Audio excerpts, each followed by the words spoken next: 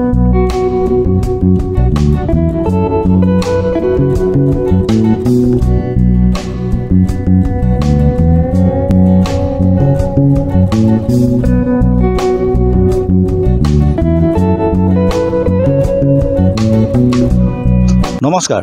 Universal নিউজৰ প্ৰতিগৰাকী দৰ্শকক মই বিশ্বজিৎ নাথে আমাৰ নিয়মীয়া শিতান জীৱন জীৱিকালৈ আদৰণি জনাইছোঁ। নিবনুৱা সমস্যাই সমগ্ৰ ভাৰতবৰ্ষৰ লগতে অসমতো এক জ্বলন্ত সমস্যা হিচাপে দেখা দিছে। এটা চৰকাৰী চাকৰি পদৰ বিপৰীতে হাজাৰজন আবেদনকাৰী আবেদন কৰিছে। এটা স্থায়ী কৰ্মসংস্থাপনৰ আশাত বহুজন হতাশাগ্ৰস্ত হৈ পৰিছে। বহুতে এটা কৰ্মসংস্থাপনৰ বাবে দিক বিদিক হেৰুৱাব লগা হৈছে।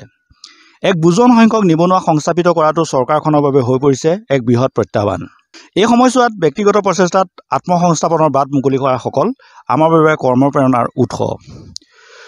প্ৰিয় দৰ্শক, আমাৰ এই অনুষ্ঠানৰ জৰিয়তে আমি সেইসকলৰ জীৱন সংগ্ৰাম দেখুৱাবলৈ চেষ্টা কৰিম, যিসকলে হাজাৰ প্ৰত্যাহ্বানকো নেওচি নিজে সংস্থাপিত হৈছে আৰু আনকো অনুপ্ৰাণিত কৰিছে। আমি আজি উপস্থিত আছোঁ যুৱ কৃষক যুগল নাথৰ খেতিপথাৰত। এই প্ৰতিবেদনৰ জৰিয়তে আমি দেখুৱাম খেতিক মাধ্যম হিচাপে লৈ কিদৰে স্বাৱলম্বী হ'ব পাৰে, কিদৰে আন 10জনৰ বাবেও অনুপ্ৰেৰণাৰ উৎস হৈ ৰ'ব পাৰি।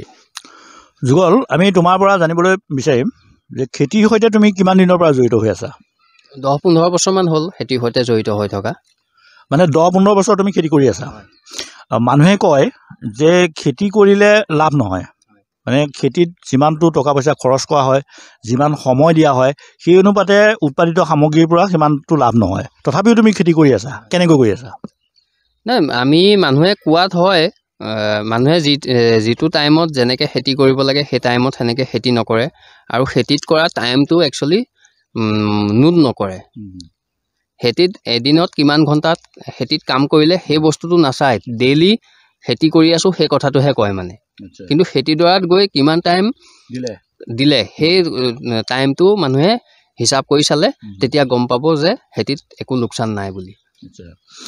বজাৰ আমাৰ পথাৰ আমাৰ বুলি কয়, আমাৰ জুবিন গাৰ্গে কৈ গৈছে যে বজাৰ আমাৰ পথাৰ আমাৰ। এতিয়া উৎপাদিত তুমি এতিয়া ধৰি লোৱা এই ফুলকবি খেতি কৰিছা, এইবিলাক তুমি বজাৰলৈ নিব লাগিব, কিন্তু বজাৰতো তোমাৰ আমাৰ নিয়ন্ত্ৰণ নাথাকে, আমাৰ দৰে সাধাৰণ মানুহৰ বজাৰ নিয়ন্ত্ৰণ নাথাকে, বিভিন্ন বেপাৰী বিভিন্ন দাম। এতিয়া পথাৰ আমাৰ বজাৰ আমাৰ কেতিয়া সম্ভৱ হ'ব বুলি তুমি ভাবা? পথাৰ আমাৰ বজাৰ আমাৰ এইটো একচুৱেলি আমাৰ পুঠিমাৰী অঞ্চলৰ কথা কওঁ। পুঠিমাৰী অঞ্চলত বেলেগৰ বেপাৰী নাহে, আমাৰ এই গাঁৱৰে দাদাহঁত আহে। গতিকে দাদাহঁতে আহিয়ে মাল চাল নিয়ে, তেওঁলোকে এটা কম লাভ লৈ পেলাই খেতিটো কৰে। আৰু সেইটোৱে আৰু ইমান হেৰি নাই, ধৰি লওক আমাৰ ইমান অসুবিধা নাই, কাৰণ মই খেতি কৰিছোঁ, দাদাই বেচিছে, তেওঁৰ পৰিয়ালটো চলিছে, মোৰ পৰিয়ালটো চলিছে। আমাৰ পথাৰবোৰততো জলসিঞ্চনৰ ব্যৱস্থা নাই। জলসিঞ্চনৰ ব্যৱস্থা নথকাৰ ফলত বছৰত এটা মাত্ৰ খেতি কৰা হয়, আৰু এটা মাত্ৰ খেতি কৰাৰ পিছত গোটেই পথাৰখন চনে থাকে, বছৰৰ বেছিভাগ সময় চনে থাকে। এই ক্ষেত্ৰত তুমি চৰকাৰক কি আহ্বান কৰিবা? এই ক্ষেত্ৰত চৰকাৰক এটাই আহ্বান কৰিম, চৰকাৰে পথাৰে পথাৰে জলসিঞ্চন ব্যৱস্থাবিলাক কৰি দিয়ক। আৰু মই জনাত চৰকাৰেতো এইটো পদক্ষেপ লৈছেই, পথাৰে পথাৰে জলসিঞ্চন ব্যৱস্থাবোৰ কৰি দিছে। যেনে মোৰেই এটা জলসিঞ্চন ব্যৱস্থা মোৰ আছে। গতিকে এই জলসিঞ্চন ব্যৱস্থাটো যে ক'ত পায়, কি কথা কি বতৰা, এই গাঁৱৰ একদম চুকৰ মানুহ এজনে গম নাপায়। গতিকে চৰকাৰে অলপ প্ৰচাৰ কৰক আৰু অলপ সজাগতা সভা আয়োজন কৰিলে তেতিয়া একদম দুখীয়া পিছপৰা খেতিয়কজনেও গম পাব যে এইটো জেগাতে এই বস্তুটো পায়। আচ্ছা, আমি তোমাৰ খেতিত এটা বস্তু দেখিছোঁ যে তোমাৰ তাত এটা চ'লাৰ পাম্প দেখিছোঁ, আৰু খেতিৰ মাজত বহিব পৰাকৈ তোমাৰ হাতত ধৰি লোৱা এনেকুৱা মানে চকী টকী ব্যৱস্থা আছে। কিন্তু বহুত খেতিয়কৰ তাত এইবিলাক সুবিধা নাই, যেনে ধৰি লোৱা জলসিঞ্চনৰ ব্যৱস্থা নাই, দমকলৰো আনকি ব্যৱস্থা নাই, খোৱা পানীও বহুত দূৰলৈ খেতিয়কবিলাক যাব লাগে। এই ক্ষেত্ৰত তুমি এই বস্তুবিলাক কেনেধৰণে যোগান কৰি লৈছা? মই এই বস্তুটো ময়ো গম পোৱা নাছিলোঁ পোনপ্ৰথমে। আমাৰ এজন ইয়াত DC আছিলে, মনোজ কুমাৰ ডেকা ছাৰ। গতিকে তেখেতে মোক এই জলসিঞ্চন ব্যৱস্থাটো পোৱাত যথেষ্ট সহায় কৰিলে, আৰু জলসিঞ্চন বিভাগৰ ছাৰহঁতো আহি পেলাই মোক এইটো খুব সোনকালে এই ব্যৱস্থাটো কৰি দিলে। গতিকে অফিচত বিচাৰি গ'লে বস্তুটো পায়, সেইটোৱে আৰু। অসমত কোনো ধৰণৰ সংস্থাপনৰ সুবিধা নাই বুলি দৈনিক শ শ যুৱক যুৱতী অসমৰ পৰা বাহিৰলৈ গৈ আছে, বহিৰাজ্যত কাম বিচাৰি গৈ আছে। সেই যুৱক যুৱতীসকলে অসমৰ বাহিৰতে সংস্থাপিত হৈ আছে। তো অসমত সংস্থাপনৰ ব্যৱস্থা নাই বুলি যে হতাশাগ্ৰস্ত মনোৰথ লৈ তেওঁলোক গৈ আছে, তেওঁলোকক উদ্দেশ্যি তুমি কিবা ক'বা নেকি? তেওঁলোকক উদ্দেশ্যি মই ক'বলগীয়া এটাই কথা আছে। বাংলাদেশৰ পৰা বাংলাদেশী আহি পেলাই আমাৰ চৰবোৰত আহি পেলাই খেতি কৰি পইচা ঘটিব পাৰে, কিন্তু আমাৰ অসমৰ থলুৱা মানুহবোৰে, আমাৰ যিসকল থলুৱা খেতিয়ক, তেখেতলোকে কিয় নোৱাৰে? গতিকে বাহিৰলৈ যোৱাতকৈ যদি আমি চৰবিলাকলৈ গৈ তাত বাংলাদেশীয়ে খেতি কৰি আছে, আমি যদি ইয়াত নিজাববীয়াকৈ গৈ আমি খেতি কৰোঁ, তেতিয়া আমাক খুব সম্ভৱ চৰকাৰখনেও আমাক সহায় কৰিব আৰু কাম কৰিও আনন্দ এটা পাম। বাহিৰলৈ যোৱাতকৈ মোৰ মতে এনেকৈ খেতি বাতি কৰিলেহে উপকৃত হ'ম বুলি মই ভাবোঁ ব্যক্তিগতভাৱে। মানে আমাৰ অসমৰ বহুত হেজাৰ হেক্টৰ বিঘা কৃষিভূমি বেলেগ মানুহে দখল কৰি আছে। চৰকাৰেতো বাংলাদেশী নাই বুলি কৈ আছে, তুমি বাংলাদেশী আছে বুলি কোৱা নেকি?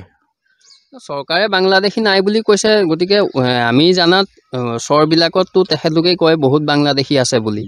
আমি টিভিয়ে চিভিয়ে শুনাহে পাইছোঁ বাংলাদেশী আছে বুলি, আৰু সেই তেখেতলোকৰ সুৰতে সুৰ মিলাই কথাটো কৈছোঁ মই, যে তাত যিহেতু তাত বহুত মানুহ এভেকশ্যন হৈছে, বিনা কোনো কাগজ পত্ৰ নোহোৱাকৈ খেতি বাতি কৰি আছে, গতিকে আমিও সেনেকৈ যদি বিভাগৰ ফালৰ পৰা বা চৰকাৰৰ অনুমতি লৈ পেলাই আমি যদি আজি তাত খেতি কৰিব যাওঁ, ঠিক তেনেকৈ আমাৰ লাভ হ'ব। যেনে ধৰক আজি কন্যকা কৰিছে আৰু এইটো গৰুসুঁতি, ঠিক তেনেকৈ যদি আমাৰ তেজপুৰতো এনেকৈ বহুতকেইটা চৰ আছে, সৌ জিলা উপায়ুক্ত মহোদয়ৰ লগত আলোচনা কৰি বা মন্ত্ৰী MLA মিনিষ্টাৰৰ লগত কথা বতৰাবিলাক পাতি আমি যদি আগবাঢ়িব পাৰোঁ তেতিয়া ভাল হ'ব। কিন্তু মনটো বান্ধিব লাগিব যে আমি খেতি কৰিম।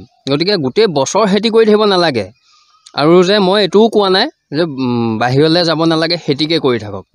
এবছৰটো চাওক, এই এবছৰ চাই যদি লাভ হয় তেতিয়া কৰিব লাগে, আৰু যদি লোকচান হয় তেতিয়া কৰিব নালাগে, তেতিয়া বাহিৰলৈ যায় কিবা কয় কৰিব লাগে। আৰু চৰকাৰী সাহায্য তুমি পাইছানে কিবা?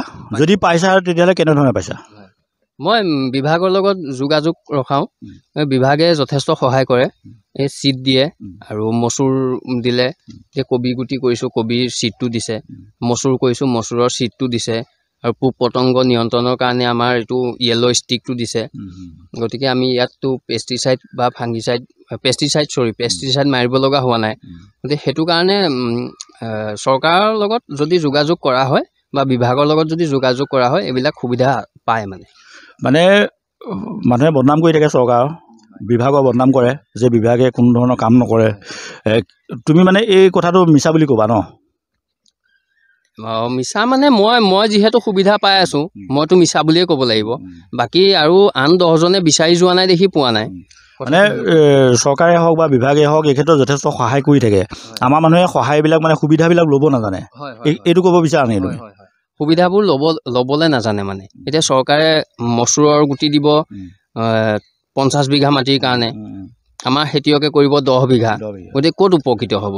চৰকাৰে কবি গুটি দিব তোমাৰ 5 বিঘা মাটিৰ কাৰণে, তেখেতে খেতি কৰিব 2 বিঘা, ক'ত হেৰি হ'ব? আৰু এটা অসুবিধা থাকে নেকি, মানে চৰকাৰী যিবিলাক গাইডলাইন থাকে এই গাইডলাইনবিলাক আমাৰ মানুহে ফ'ল' কৰিব নোৱাৰা দুখতে বস্তুৰ পৰা বঞ্চিত হৈ থাকে নেকি? চৰকাৰে যিবিলাক গাইডলাইন দিয়ে আমাৰ খেতিয়কে ফ'ল' কৰিব নোৱাৰে, সেইটো সত্য। কিন্তু তেখেতলোকতো অভিজ্ঞ, আমাৰ সাধাৰণ খেতিয়কতকৈ যথেষ্ট অভিজ্ঞ।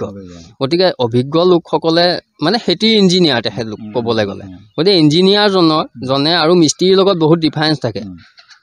গতিকে ইঞ্জিনিয়াৰজনে কিবা এটা মডেল বনাই দিছে, বনাই দিয়াৰ পিছত সেই মডেলতেই কাম কৰিব গ'লে খেতিয়কৰ উপকৃত হ'ব। কিন্তু যদি সেইটো নকৰে তেতিয়াতো খেতিয়কৰ লোকচান হোৱাটো স্বাভাৱিক।